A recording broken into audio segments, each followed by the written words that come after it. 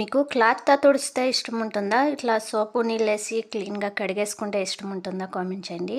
నాకైతే ఇలా సోపు నీళ్ళేసి నీట్‌గా కడుక్కొనొచ్చేసేదే బావుంటుందనిపిస్తుంది. నీట్‌గా కనిపిస్తుంది.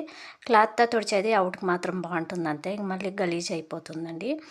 నైట్ అయితే భోజనం అయిపోయిన తర్వాత ఇంకా ఇలా వంటిల్లయితే క్లీన్ చేసేసినానండి. గ్యాస్ అయితే చాలా గలీజ్ అయిపోయిందనమాట. ఇంక అందుకని సోపు నీళ్ళేసి బాగా కడిగేసుకున్నాననమాట నేను గ్యాస్ కూడా. ఇంకా అలాగే పాత్రలు అన్నీ కడిగేసినానండి. షింకు అంతా కడిగేసినాను.